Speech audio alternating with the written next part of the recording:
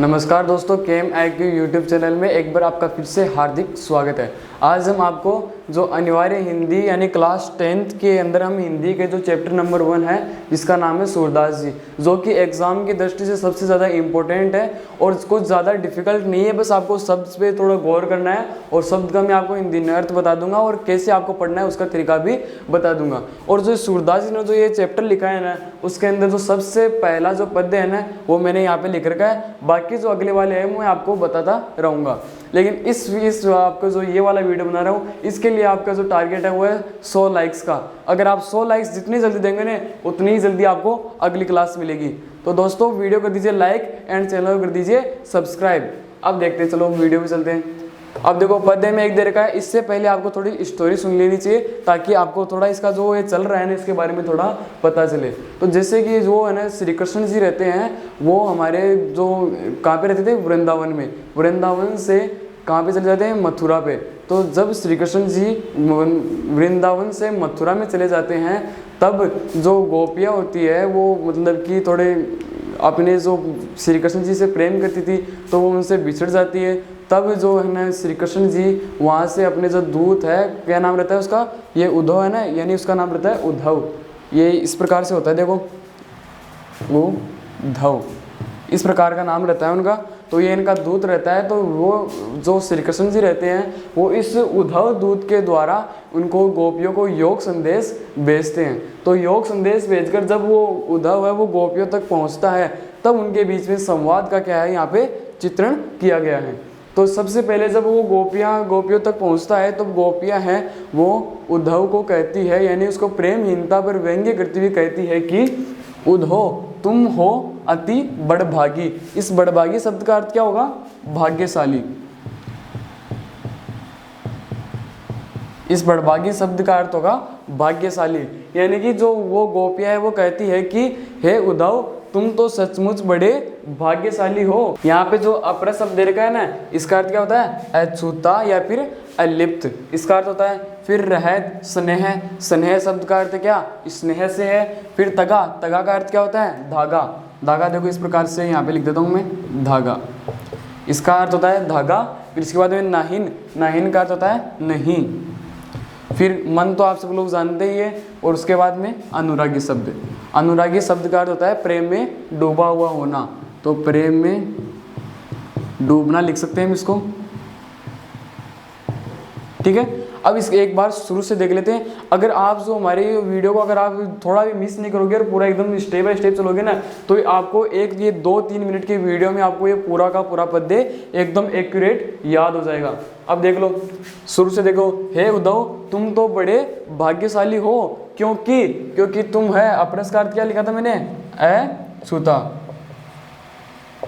ठीक है। तुम तो है ना स्नेह रूप के, यानी कि तुम प्रेम बंधन के धागे से कभी भी बंधे नहीं हो। यानी जो प्रेम का जो धागा है तुम उससे कभी भी बंधे नहीं हो और तुम जो प्रेम बंधन है उसमें कभी भी प्रेम में डूबे नहीं हो। अर्थात जो प्रेम बंधन है उससे तुम सदा ही वियुक्त रहे हो या फिर सर्वथा ही मुक्त रहे हो। और उसके बाद में इसको अगली वाली लाइन का देखते हैं, पुरइनिपात। पुरइनिपात का मतलब क्या होता है, कमल का पत्ता।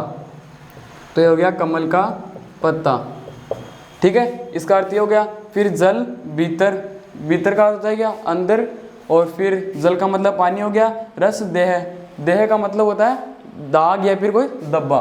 तो मैं यहाँ पे लिख देता हूँ, यहाँ पे हो गया दाग या फिर दब्बा। इसका अर्थ हो गया दब्बा। फिर त्यागी यानी त्यागना। इसका मतलब ये हुआ कि मैं शुरू से वापस बता रहा हूँ आपको। हे उद्धव तुम तो बड़े ही भाग्यशाली हो, यानी कि तुम कभी भी प्रेम के धागे से बंधे नहीं हो। इसके बाद में अगली वाली लाइन क्या हो जाएगा कि तुम हमेशा प्रेम बंधन के, जो भी प्रेम बंधन है उससे सर्वथा ही मुक्त रहे हो।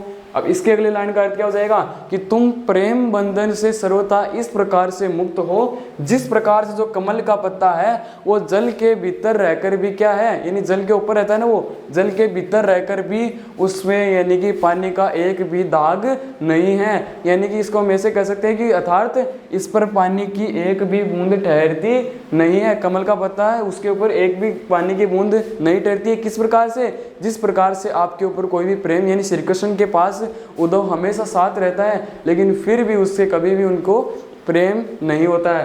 तो इसी प्रकार से अगला वाला क्या होगा, ज्यों जल माह तेल की गागरी। अब यहाँ पे गागरी शब्द उसका मतलब है मटकी, यानी तेल की मटकी। माह का मतलब हो गया अंदर, इसका मतलब हो गया अंदर, और ज्यों, ठीक है, ज्यों का मतलब हो गया जिस प्रकार, ठीक है, यानी कि जिस प्रकार से जो जल है, यानी कि तेल की मटकी है, उसको जल के अंदर डुबोने पर उसके ऊपर जल का एक बूंद भी नहीं टिक पाती, एक बूंद भी टिक नहीं पाती, उसी प्रकार से आपका जो श्री कृष्ण का प्रेम है, श्री कृष्ण के नज़दीक होकर भी आप उनसे प्रेम नहीं करते। फिर उसके बाद में कि प्रीति नदी में पाँव न बोरियो।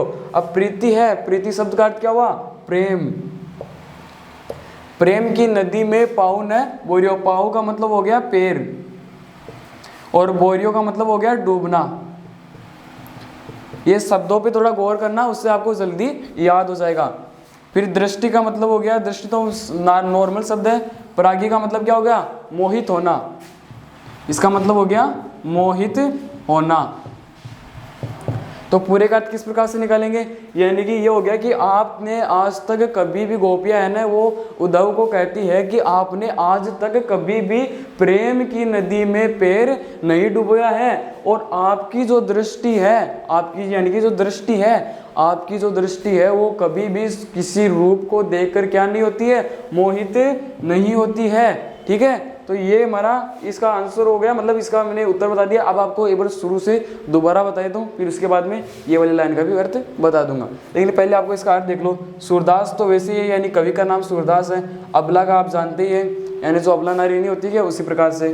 फिर भोरी का मतलब होता है भोली भाली, और यहाँ पे जो गुड़ शब्द है उसका अर्थ है गुड़, और चाटी का मतलब है चींटी। चींटी मतलब कि हमारी जो नॉर्मल नहीं आती है क्या, वो। फिर ज्यों, और फिर पागी, ठीक है। तो पागी का मतलब होता है चिपकना होता है, वैसे मैं बता देता हूँ आपको, ठीक है। तो अब इसका आंसर देखो, नीचे वाली लाइन का आपको अगला बता दूं कि गोपिया कहती है कि हम तो बोली बाली अबलाए हैं, यानी कि हम तो श्री कृष्ण के जो रूप है उसको देखकर इस प्रकार से मोहित हो चुकी हैं कि जैसे जिस प्रकार से जो चींटी होती है वो गुड़ के ऊपर चिपक जाती है, यानी गुड़ से हमेशा के लिए चिपक जाती है और उससे उतर नहीं पाती, और वहीं पे क्या है, अपने आप प्राण त्याग देती है। वैसा प्रेम वह गोपिया है वो प्रस्तुत करती है। तो पूरे का एक बार दोबारा देख लीजिए, आपको ये पूरा का पूरा समझ में आ जाएगा। यहाँ से शुरू करते हैं। तो ये देखो, हे उद्धव तुम हो अति बड़भागी, मतलब कि हे उद्धव तुम बहुत भाग्यशाली हो, क्योंकि अप्रस यानी कि आपने कभी भी क्या है, प्रेम रूपी धागे से आप कभी भी बंधे नहीं हो। और दूसरी इसके क्या हो जाएगा, नाहीन मन अनुरागी, और तुम कभी भी प्रेम बंधन में डूबे नहीं हो, अर्थात तुम जो प्रेम बंधन है उससे सर्वथा ही क्या हो, मुक्त हो। इसके बाद में क्या आएगा, पुण्य पात, और तुम जो प्रेम बंधन है उससे सर्वथा इस प्रकार मुक्त हो जैसे कि जो कमल का पत्ता है वो जल के अंदर रहकर भी क्या है, उस पर पानी का एक दाग भी नहीं लगता है। और दाग तो नहीं लगता है, दाग का अर्थ इसे दोबारा ऐसे लिख सकते हैं कि जिस यानी कि उस पर कमल का जो पत्ता होता है ना, उस पर पानी की एक भी बूंद ठहरती नहीं है। फिर उसके बाद में क्या गया, प्रीति नदी में पाँव न बोरियो, इसका मतलब हो गया कि तो आज तक कभी भी प्रेम की नदी में अपना पैर नहीं डुबोया है, क्यों, और तूने आज तक यानी कि तूने आज तक अपनी दृष्टि को किसी भी रूप को देखकर मोहित नहीं किया है, यानी कि तुम्हारी जो दृष्टि है वो किसी भी रूप को देखकर क्या नहीं होती है, मोहित नहीं होती है। फिर क्या है, जो सूरदास जी कहते हैं कि जो गोपियाँ कहती है, फिर ये कहती है कि हम तो भोली भाली अबलाए हैं, हम तो श्री कृष्ण के प्यार में इस प्रकार से, श्री कृष्ण जी के प्रेम में इस प्रकार पड़ चुकी हैं, जिस प्रकार जो हमारी क्या होती है, चींटी है वो गुड़ के ऊपर चिपक जाती है और चिपक कर वहाँ से हट नहीं पाती और वहीं पर क्या है, अपने प्राण दे देती है। इस प्रकार का क्या करते हैं, वो जो हमारी गोपियाँ है वो प्रेम करती है। तो ये था हमारा सूरदास का जो पद्य नंबर 1 था, ये कंप्लीट हो गया है। आपको ये लगभग समझ में आ गया। अगर आपको कोई भी शब्द या किसी का अर्थ नहीं आया तो मुझे आप कमेंट करके बता देना, मैं उसका सॉल्यूशन कर दूंगा। फिर अब जो अगले वाले है ना, वो सारे मतलब आपको क्वेश्चन आंसर और जो अगले वाले जो आपके पद्य होंगे सारे लगभग आपको मैं सब कुछ करवा दूंगा। हिंदी के जो भी पद्य वाले भाग, आपको जो भी चैप्टर हार्ड लगे हार्ड लगे ना वो चैप्टर आप मुझे पहले बताइए, मैं आपको पहले वो पढ़ाऊंगा। अगर आप नहीं बताते हो तो मैं आपको पार्ट नंबर 1 से पार्ट नंबर जितने भी है उतने सारे पढ़ाऊंगा, ठीक है। तो वीडियो अच्छी लगी हो तो वीडियो कर दीजिए लाइक एंड चैनल कर दीजिए सब्सक्राइब। तो मिलते हैं दोस्तों अगली वीडियो में। आपके लिए इस वीडियो का टारगेट है 100 लाइक्स।